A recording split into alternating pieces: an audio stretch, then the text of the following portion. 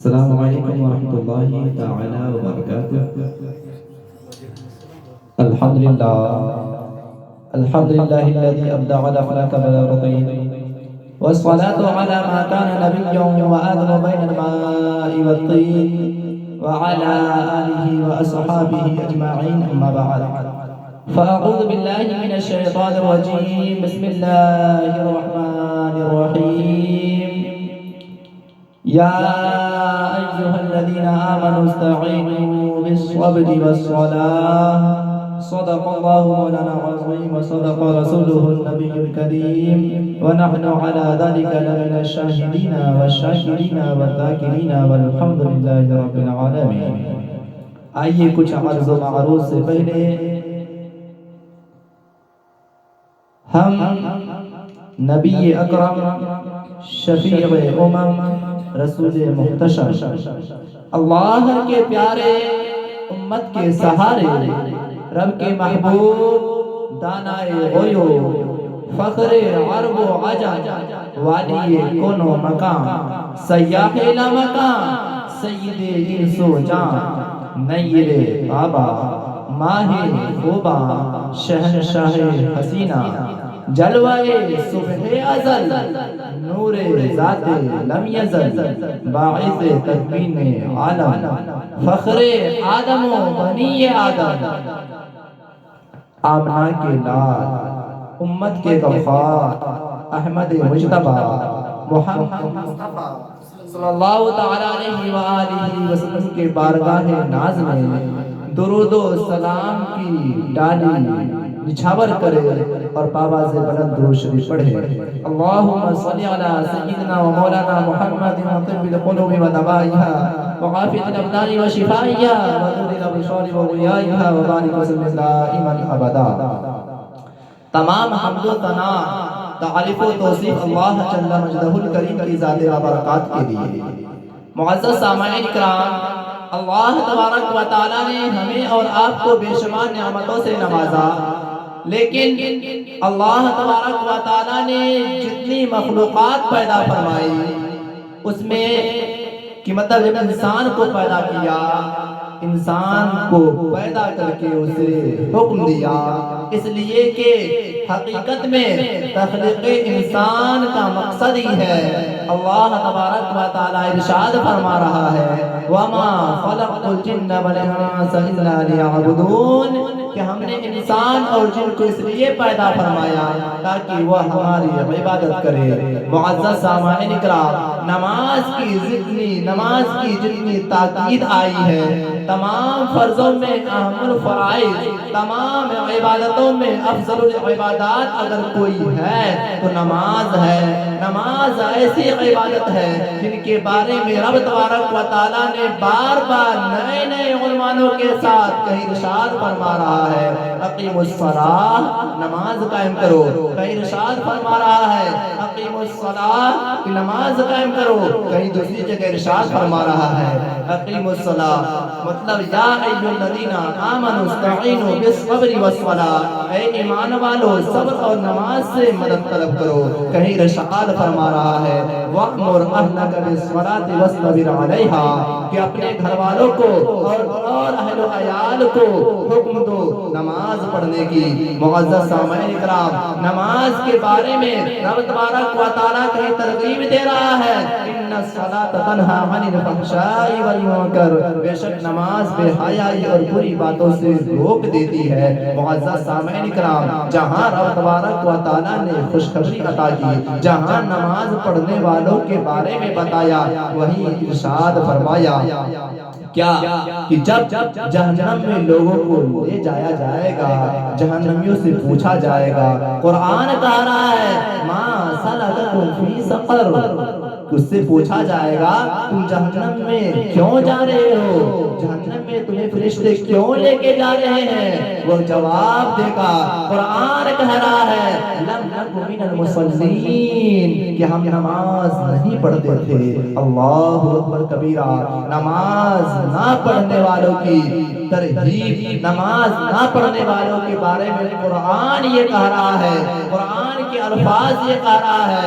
معزز سامعین اکرام، بلکہ قرآن کہہ رہا ہے انفسکم واہلکم نارا، کہ معزز سامعین اکرام، قو انفسکم، اپنے آپ کو اپنے اہل و عیال کو جہنم کی آگ سے بچاؤ۔ تو جہنم کی آگ سے انسان کب بچے گا؟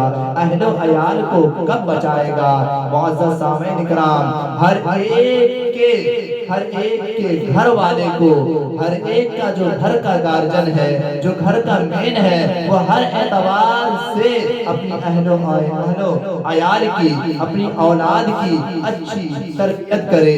بلکہ نماز جو اہم الفرائض ہے، اس بات سے بھی پتہ چلتا ہے کہ اللہ تبارک و تعالیٰ نے تمام فرائض جتنی بھی عبادتیں دی سب زمین پر، لیکن جب نماز کو فرض کرنا منظور ہوا، رب تبارک و تعالیٰ نے اپنے محبوب کو عرش اعظم پر، اپنے محبوب کو شب معراج میں یہ تحفہ عنایت فرمائی۔ اس سے پتہ یہ چلا کہ تمام فرائض، تمام عبادات جو فرض ہوئی، تمام عبادات جو عطا کی گئی، وہ زمین پر عطا کی گئی۔ جب نماز فرض کرنی منظور ہوئی تو رب تبارک و تعالیٰ نے اپنے محبوب کو اپنے پاس بلایا۔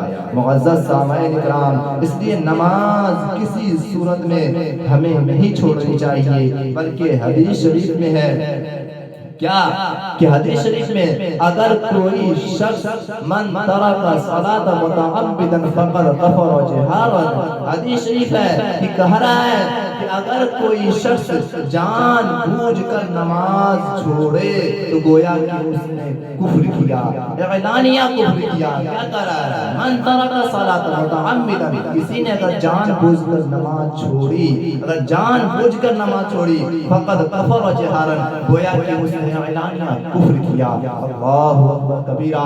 بلکہ نبی کریم صلی اللہ تعالی علیہ وآلہ وسلم کے دور کا تو یہ عالم تھا، اگر کوئی شخص نماز نہیں پڑھتا تھا تو صحابہ اکرام یہ سمجھتے تھے کہ لگ رہا یہ مسلم نہیں ہے، بلکہ یہ کافر ہو چکا ہے۔ معزز سامعین اکرام، نماز کسی صورت میں ہمیں نہیں چھوڑنی چاہیے، بلکہ حدیث شریف ہے وَجُعِلَتْ قُرَّةُ عَيْنِي فِي الصَّلَاةِ، میری آنکھوں کی ٹھنڈک نماز میں بنائی گئی۔ آنکھوں کی ٹھنڈک کا کیا مطلب ہے؟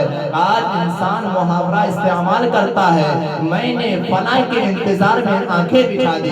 کیا مطلب؟ کہ وہ اس کے انتظار میں تھا، وہ اس کی آنے کی خوشی میں تھا اور وہ انتظار کر رہا تھا۔ اس کا مطلب یہ ہوا کہ آنکھوں کو ٹھنڈک پہنچانے کا مقصد یہ ہے کہ نبی کریم صلی اللہ تعالی علیہ وآلہ وسلم کو خوشی محسوس ہوتی ہے جب نبی کریم صلی اللہ تعالی علیہ وآلہ وسلم کے امتی نماز پڑھتے ہیں۔ بلکہ جب آنکھوں کی ٹھنڈک پہنچانے کی بات آئی، آج ہم میں سے کتنے ایسے اشخاص ہیں جو دم تو بھرتے ہیں، ہم عاشق رسول ہیں، ہم نبی کریم صلی اللہ تعالی علیہ وآلہ وسلم کے نام پر جان قربان کر دیں گے۔ افسوس، صد افسوس، بلکہ جان نہیں، اپنی جان نہیں، اولاد کی جان نہیں، بلکہ یہ کہہ رہا ہے جب تم نبی کریم صلی اللہ تعالی علیہ وآلہ وسلم کو آنکھوں کی ٹھنڈک پہنچانا چاہتے ہو، آنکھوں کو ٹھنڈا کرنا چاہتے ہو، تو شرط یہ ہے کہ نماز پڑھو۔ معزز سامعین اکرام، ہمیں اور آپ کو چاہیے کہ ہر حالت میں جہاں کہیں بھی رہے، سفر میں، حجر میں، کہیں بھی رہے، نماز کا اہتمام کرے، اس لیے کہ نماز تمام فرائضوں میں اہم الفرائض، تمام عبادتوں میں افضل العبادات ہے۔ اللہ تبارک و تعالیٰ کی فرما برداری اسی میں ہے کہ رب تبارک و تعالیٰ کی بارگاہ میں سر و سجود کرے۔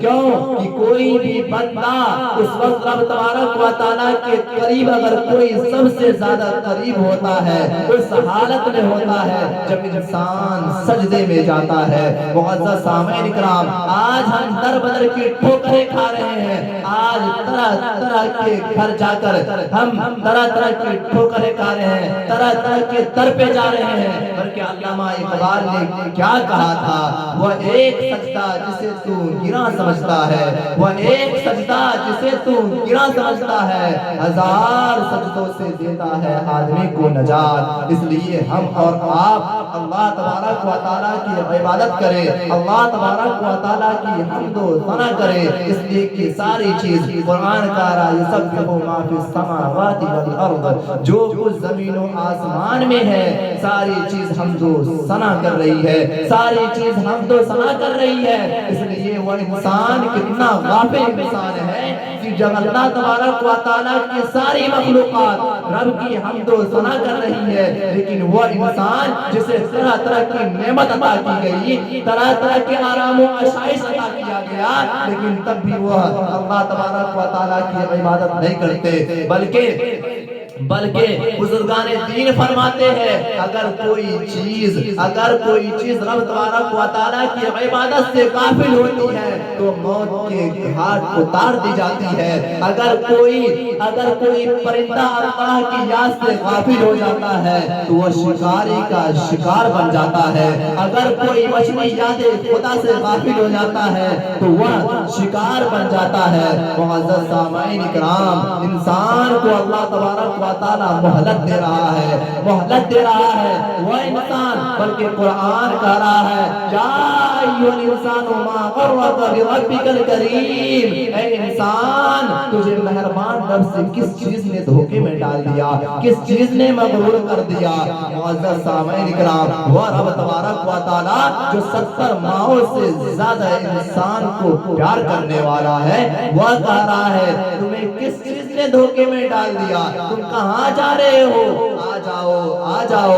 معزز سامعین اکرام، ایک بزرگ کا واقعہ سماعت فرمائے اور میں اس پہ اختتام کر دوں گا کہ بات یہ ہے ایک بزرگ بازار میں رو رہے تھے، کسی نے سوال کیا اے بزرگ آپ کیوں رو رہے ہیں؟ کہا بات یہاں یہ ہے کہ میں یہ کیفیت دیکھ کر رو رہا ہوں، یہ انسانوں کو دیکھ کر رو رہا ہوں۔ کہا بات کیا ہے؟ کہا یہ ہے کہ آج ایک مان رہا ہے ایک نہیں مان رہا ہے۔ کہا کیا مطلب؟ کہا آج میں انسانوں کو منوا رہا ہوں، اے انسان مان جا، آج تم لہو و لعب سے توبہ کر لے، آج تم فضولیات سے توبہ کر لے۔ آج یہ انسان کہتا ہے اے بابا آپ جائیے اپنا کام کیجئے، رب کہہ رہا ہے ابھی بھی میرے در پہ آ جائے گا تو میں اسے معاف کر دوں گا، لیکن آج یہ ماننے کو تیار نہیں۔ کل وہی شخص کیا دیکھتا ہے قبر میں ایک انسان وہی بزرگ رو رہے ہیں۔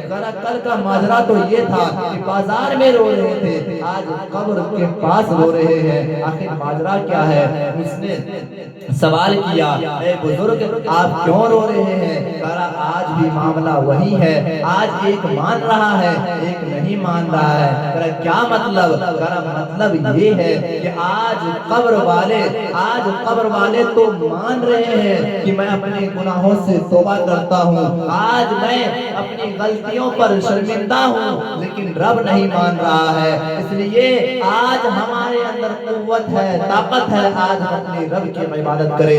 اللہ کی بارگاہ میں التجا ہے اللہ تبارک و تعالی ہمیں اور آپ کو ہر حال میں حمد و ثنا کرنے کی توفیق و رفیق عطا فرمائے، آمین ثم آمین، وما علینا الا البلاغ۔ السلام علیکم ورحمۃ اللہ۔